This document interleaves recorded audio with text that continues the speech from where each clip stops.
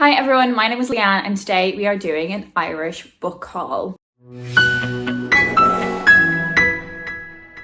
I'm of course grouping these books together because of their Irishness, because we are still in the midst of the Irish Readathon. If you don't know what that is, all of the information will be linked down below. And if you want to get involved in any of the conversation we're having around the Irish Readathon, there's also a Discord server where you can join in all of the chat around reading more Irish books in the month of March. Recently, I showed you my entire Irish TBR and I spoke about how I can often spend the year squirreling books away for the next readathon. We do the readathon every year in March. This is our 7th year doing it. A couple of these books I was planning on getting. I had them in mind specifically for me wanting to read them this readathon, but there have been some additional unplanned purchases made and I do have my excuses lined up as to why I bought these books. But anyways, let's get into it. So one you would have heard me mention already because it was in my main TBR focused reading. Books that I definitely wanted to read this March was A Paper Dragons and The Fight for the Hidden Realm by Siobhan McDermott.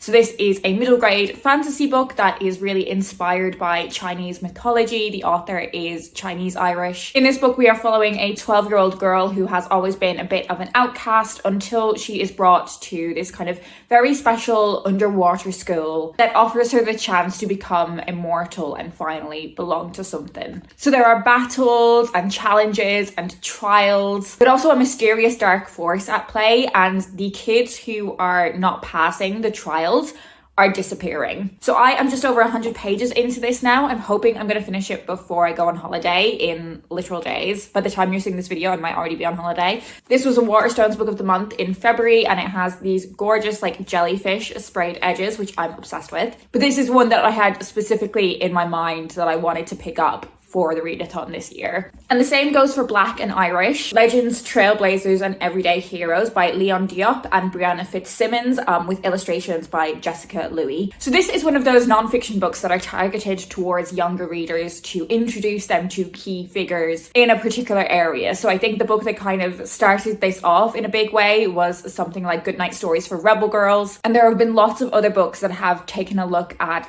specific fields and professions, specific books on sports people or scientists or that kind of thing. And this is one of those books that specifically looks at people who are Black and Irish.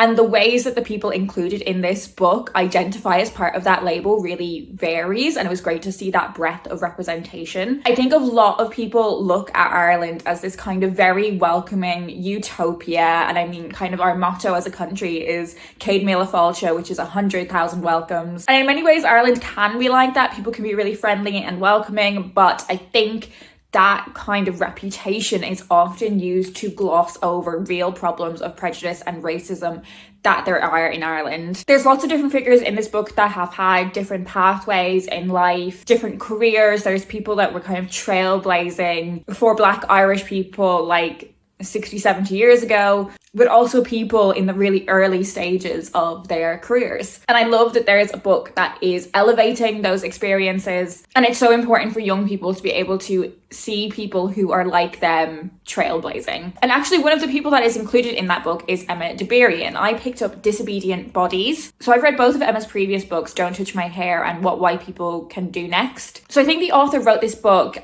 in collaboration or in tandem, or she was commissioned to write it for the Welcome Collection, which is kind of like a museum exhibition space in London, and currently they have an exhibition on beauty. And this is a book that really dissects how beauty is entangled with forces of patriarchy, with capitalism, objectification, shame, competition between people, and also really significant consumerism. So this is a book that is about detangling all of that stuff, especially when it is something that is often really deep-rooted and personal to an individual, but is also so embedded in broader society. So this is a really dinky book, but I don't think it's one that's going to be a quick, easy read. I'm expecting this to be quite a significant level of kind of academic. I mean, I have read from this writer before and she is really fantastic at making quite academic high concept things really accessible, but I definitely think it's a book that I'm going to have to sit down and properly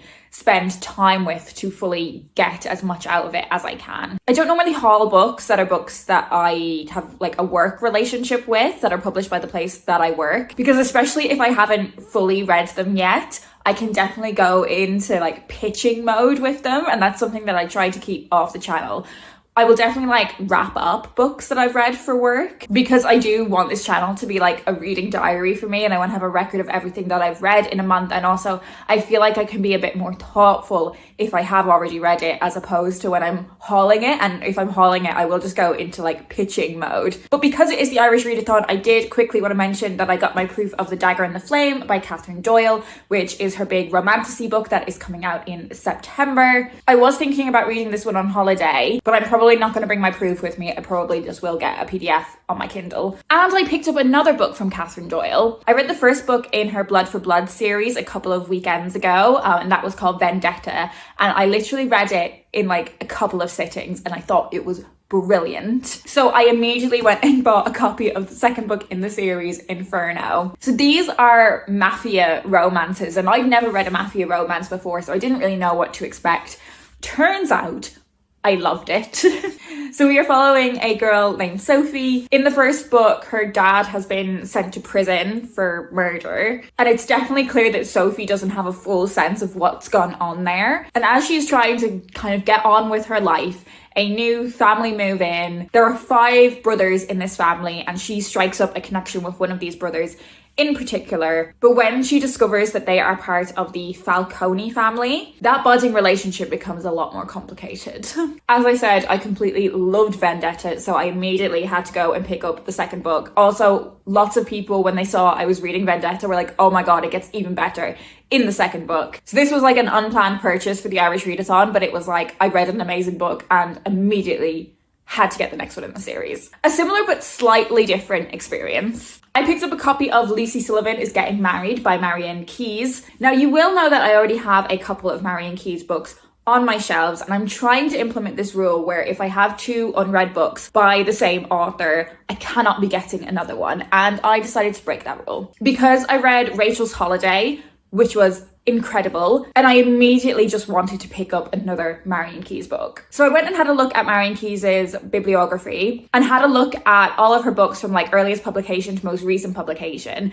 And I had a couple of books on my shelves that were early on-ish in her publishing career, but actually the one that was most early published and I hadn't read yet was Lucy Sullivan is Getting Married. So I've basically decided that I am going to now try and read her books in publication order. I'm not going to go back and reread the ones that I've already read, but all of the ones that I haven't read, I'm going to read them in publication order. And this was the next one that I needed to read. And I just started reading it immediately. So this is about Lucy Sullivan, who grew up in England, but she's the daughter of Irish parents. She's 26, she's living in London, and one day her and some friends, and that friendship dynamic is very complicated, they go to see like a fortune teller, and Lucy is told that she is going to be married in like a year's time or something like that. So she becomes fixated on this idea that she needs to meet the person that she's going to marry because the fortunes are coming true. I'm going to leave the description there because I have a lot more to say about this one, which I will save for my wrap up.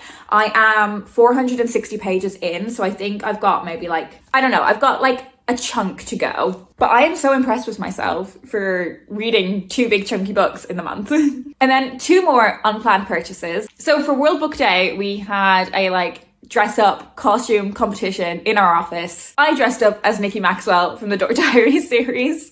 And there was a prize if you were the best costume. And who won? It was me. Literally the biggest achievement of my life. But the prize was an extra long massage with the person that comes in and does massages in our office because, you know, we're sat at desks like this all day. And a 25 quid foils voucher. So I picked up 2 Irish books. Where the Heart Should Be by Sarah Crossan. So I've mentioned this a couple of times on the channel already because it was one of my anticipated Irish releases for the year. But this is a historical fiction novel. It is set in 1846 in Ireland. And it's a portrayal of a very dark time in Irish history. It is about the famine. And from the reviews I've seen of this book so far, which have been overwhelmingly positive, it sounds like this book has done a really fantastic job of making this very complicated and difficult time in history really accessible. And I think one of the best ways that can be done in fiction is through telling personal stories, and this is a love story. And from other reviews I've seen as well, it sounds like Sarah Crossan has done a really fantastic job of kind of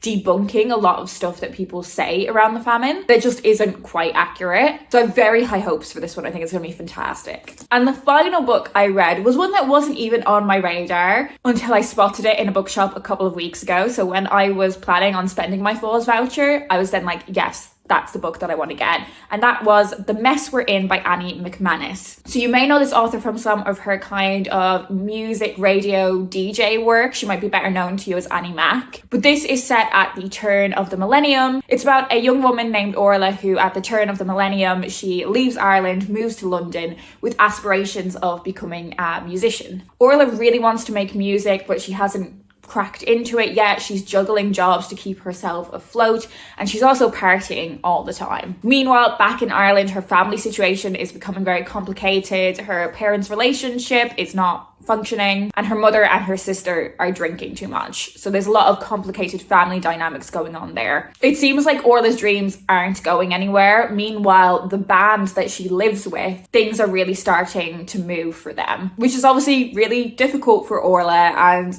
leads her to behave in some questionable ways. So it is about this young woman kind of trashing her way through life, trying to make things work, dealing with big, complicated emotions and being far away from home. And the music elements of this book sound really interesting to me as well. I'm really intrigued to see how the author draws on her own experiences in that kind of industry and her connections to that industry.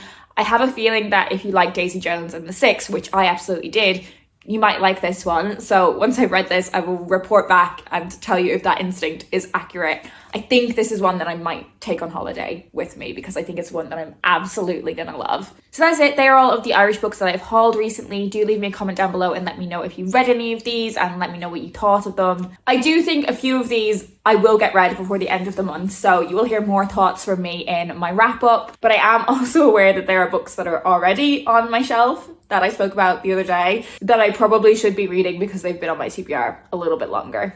Whether you're participating in the Irish Readathon or not, I would love to hear what you're reading down in the comments as well. And if you want to let me know you're here but you don't have anything in particular to say, just leave me your favourite green emoji. That is it for me today. I hope you're doing well and I will speak to you in my next video.